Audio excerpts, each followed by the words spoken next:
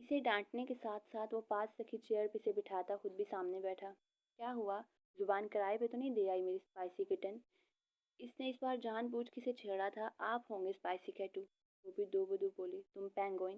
کسے بولا تم نے اسپائسی کیٹو؟ پری نے دیکھا وہ روب جھاڑنے کی کوشش کر رہا تھا۔ میں آپ کو پینگوئن کی طرح لگتی ہوں؟ آپ ہوں گے پینگوئن کے۔ بولتے بولتے وہ رک گئی تھی۔ وہ کچھ الٹا سیدھا نہیں بول سکتی تھی۔ ایس پرسوچ انداز میں تھوڑی پہ فنگر رب کر رہا تھا۔ کیا ہوں؟ پری چڑ کے بولی۔ میں نے پہلے تو غور ہی نہیں کیا۔ اب کی بار پری واقعی تھوڑی پریشان ہوئی۔ کیا؟ یہی کہ تم کوئی پینگوئن نہیں۔ اس کی بات ابھی درمیان میں ہی تھی جب پری چہک پڑی۔ دیکھا، میں نے کہا تھا نا۔ بلکہ تم تو ایک حسین و دلکش لیکن چھوٹی چڑیل ہو۔ اب حقیقتاً پری کا منہ پھولا تھا۔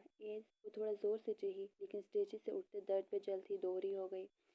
کرسی سے اٹھتا فوراً اس کے پاؤں میں بیٹھا۔ آرام سے نکمی لڑکی۔ اسے تھوڑا آرام ہوا تو سر اٹھا کے دوبارہ اس کی طرف پلٹی۔ آپ پریشان ہیں نا؟ پری کے سوال پہ چند لمحے خاموش رہا، پھر ہلکا سا ہنسا۔ تمہیں ہر بات کیسے پتہ چل جاتی ہے؟ کیونکہ آپ جب پریشان ہوتے ہیں تو زیادہ ڈانٹتے ہیں، پری نے فوراً جواب دیا۔ نے سر جھکا کے ایک گہرا سانس لیا۔ اور تم جب بیمار ہوتی ہو تو زیادہ بولتی ہو۔ یہ تو جھوٹ ہے، بالکل سچ ہے۔ پری نے منہ بنایا، چند لمحے خاموش رہی۔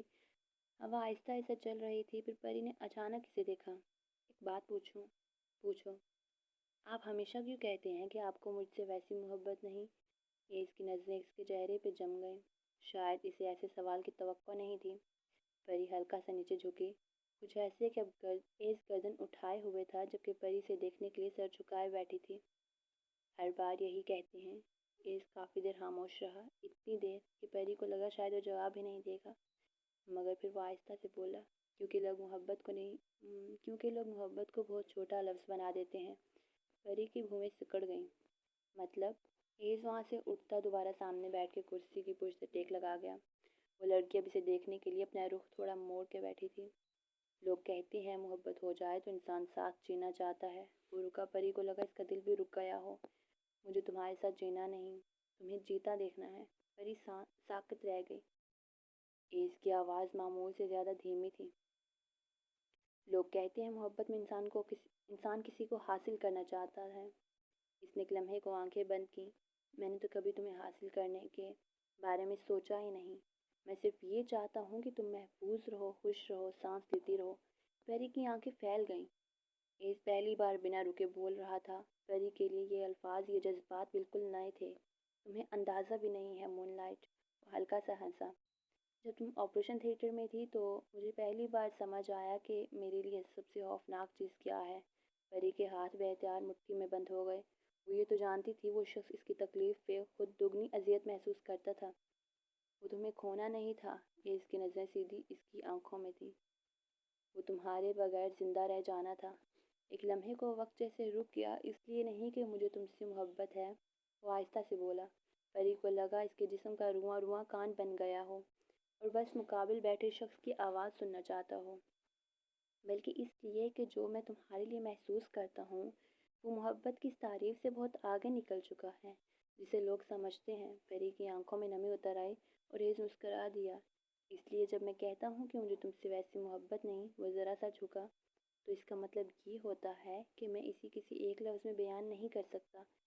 اس بار پری واقعی کچھ نہ کہہ سکی اور پہلی بار میر ایزل خانزادہ نے غیر ارادی طور پر وہ سب بول دیا جو اس نے کبھی تنہائی میں بھی قبول نہ کیا ہو۔ یہ لڑکی اسے پاگل کر دے گی کسی دن، مگر یہ نہیں جانتا تھا کہ اس وقت پاگل ہونے کے قریب صرف وہ نہیں تھا۔ پری خاموش بیٹھی سے دیکھ رہی تھی۔ وہی شخص جسے وہ برسوں سے جانتی تھی، وہی شخص جس سے وہ لڑتی تھی، ضد کرتی تھی، پیار جتاتی تھی، مگر آج نہ جانے کیوں سب کچھ مختلف محسوس ہو رہا تھا۔